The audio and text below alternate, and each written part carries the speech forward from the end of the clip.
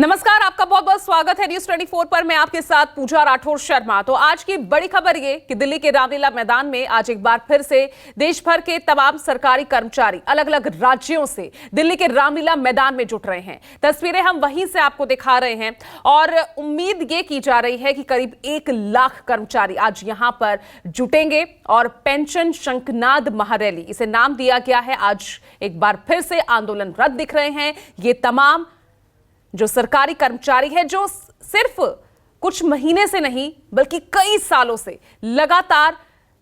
लगातार यहां पर मांग करते आए हैं ओपीएस बहाली को लेकर।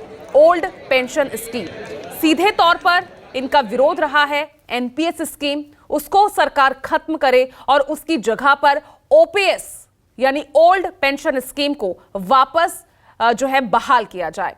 अब ऐसे में एक बार फिर ये आंदोलन छिड़ा है और आज यानी 1 अक्टूबर को दिल्ली के रामलीला मैदान में ना सिर्फ सरकारी कर्मचारी बल्कि कई ऐसे किसान संगठन हैं जो इस मुद्दे पर लगातार सरकारी कर्मचारियों के साथ खड़े हैं।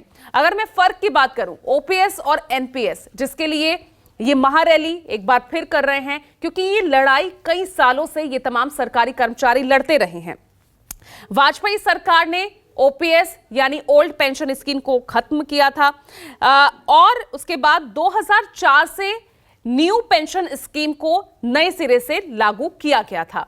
अब ऐसे में कई ऐसी इस बीच चीजें थी जिसको लेकर यहां पर विरोध सरकारी कर्मचारी कर रहे थे।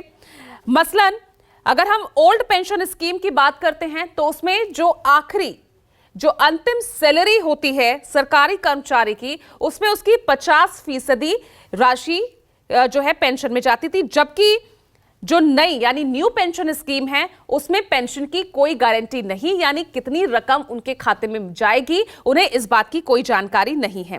पहले जो है पेंशन सैलरी से कटती नहीं थी, लेकिन जब नई पेंशन स्कीम लागू हुई तो मूल वेतन से 10% ये रकम सरकारी कर्मचारी की ही सैलरी से कटती है।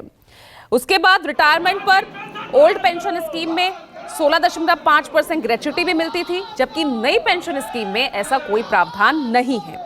नौकरी के दौरान भी मृत्यु पर 20 लाख रुपए मिलेंगे, ये ओल्ड पेंशन स्कीम में शामिल था, जबकि ऐसा कोई प्रावधान न्यू पेंशन स्कीम में नहीं है।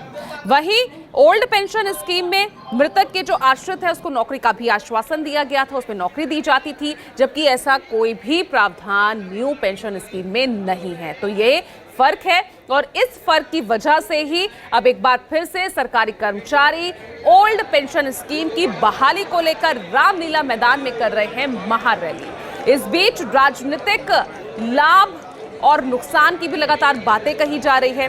मसलन अगर कांग्रेस की बात करें, अभी हाल ही में हिमाचल कर्नाटक में चुनाव हुए और इसका सीधा फायदा, क्योंकि मुख्य मुद्दा ओपीएस का, कांग्रेस ने ओपीएस बहाली का मुद्दा उठाया भी और उसको इसका राजनीतिक लाभ मिला भी।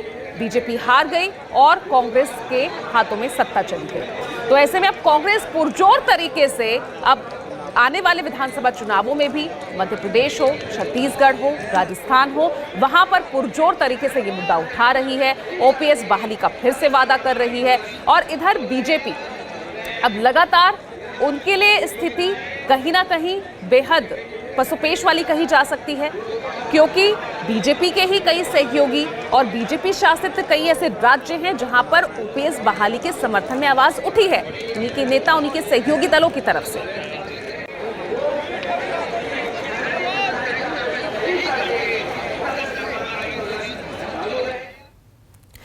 तो चलिए आपको तस्वीर दिखाएंगे आगे की किस तरह से आज इस महारैली में सरकारी कर्मचारी अपनी